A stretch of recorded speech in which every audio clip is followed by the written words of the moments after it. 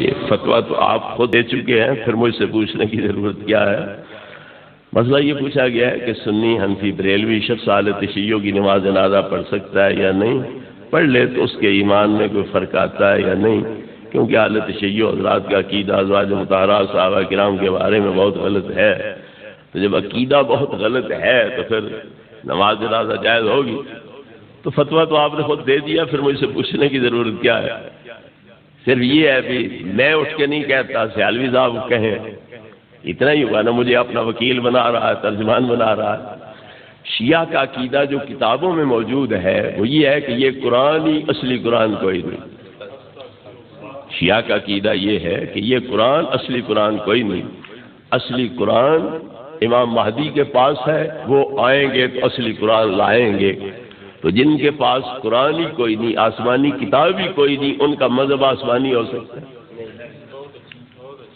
عیسائی بھی دعویٰ رکھتے ہیں ہمارے پاس آسمانی کتاب ہے، یہودی بھی دعویٰ رکھتے ہیں ہمارے پاس آسمانی کتاب ہے، مگر یہ دعویٰ کر سکتے ہیں کہ ہمارے پاس آسمانی کتاب ہے؟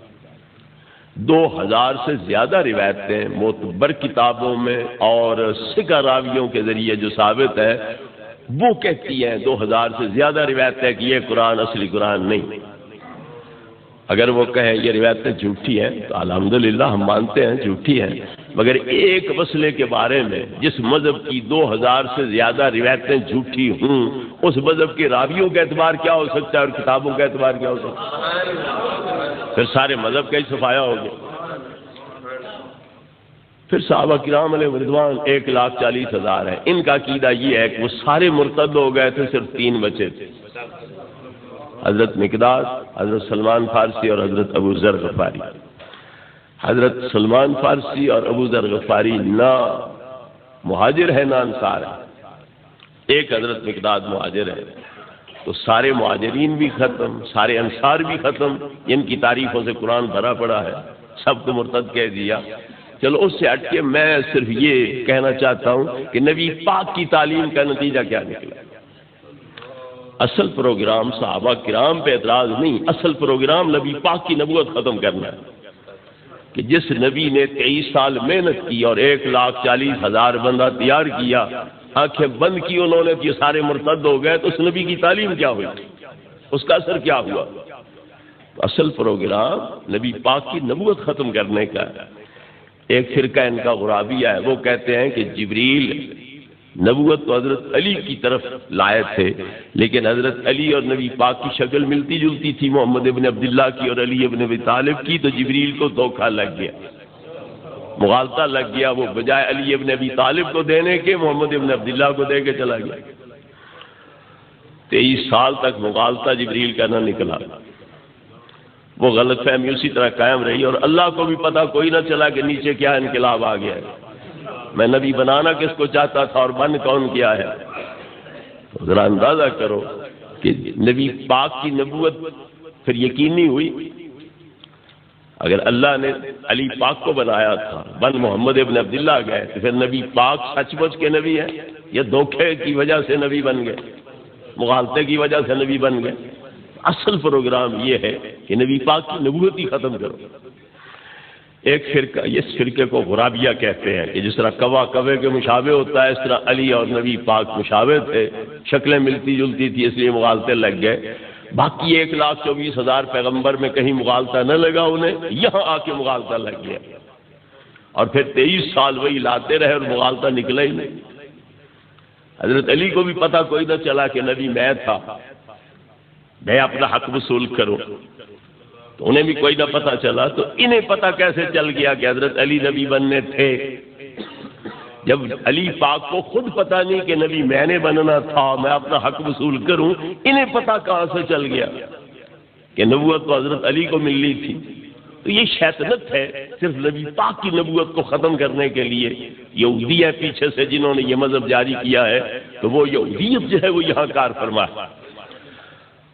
ایک فرقہ ان کا ہے کاملیہ، وہ کہتے ہیں کہ علی کافر ہیں، کیوں انہوں نے امامت کا دعویٰ نہیں کیا؟ باقی صحابہ کافر ہیں، کیوں انہوں نے علی کو امام مانا؟ کوئی نہیں۔ کون بچا؟ نہ اہل بیت بچے نہ صحابہ بچے، سب کا صفایا کر دیا، تو پھر کیا اسلام کیا باقی رہ گیا؟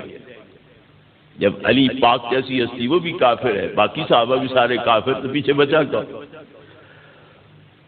ان کا عقیدہ یہ ہے کہ حضرت عائشہ اور حضرت حفصہ رضی اللہ عنہا یہ دونوں منافق تھے اور آخر دم تک منافق نہیں، بلکہ ایک مولوی کہتا ہے کہ ان کی توبہ بھی قابل قبول نہیں، یہ اگر کفر سے توبہ کرنا چاہیں تو ان کی توبہ بھی قابل قبول نہیں ہے، اور جو نبی کافر بیویوں کے ساتھ آخر دم تک نبھائے وہ نبی ہو سکتا ہے؟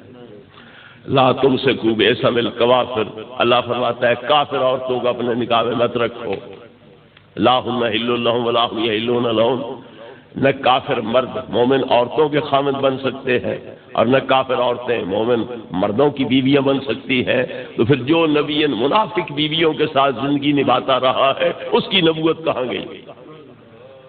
وَلَا تَرْكَنُوا إِلَى الَّذِينَ ظَلَمُوا فَتَمَسَّكُمُ النَّارُ، ظالموں کی طرف ذرا بھی جھکو گے تو آگ کا ایندھن بن جاؤ گے، تو پھر کافر مشرک ظالم ہے کوئی؟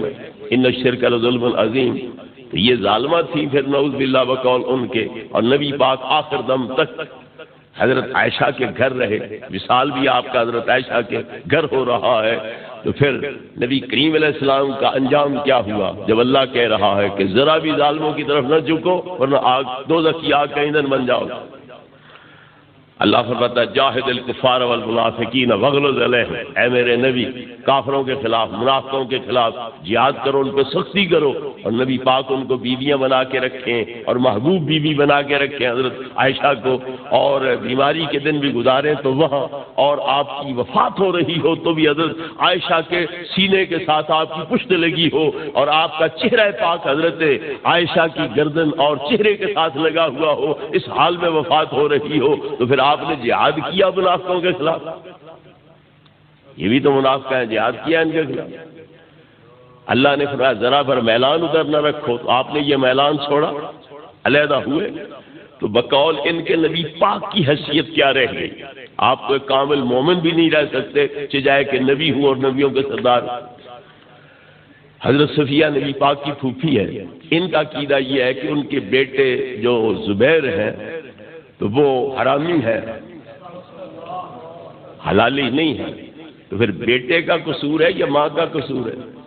اور ماں علی پاک کی پھوپھی ہے، نبی پاک کی پھوپھی ہے، اور یہ حرامی کہہ رہے ہیں حضرت زبیر کو جو ان کا لخت جگر نور نظر ہے اس کو، تو پھر نبی پاک کی پھوپھی کے بارے میں حضرت ابی طالب کی بہن کے بارے میں کیا عقیدہ ان کا ثابت ہوا؟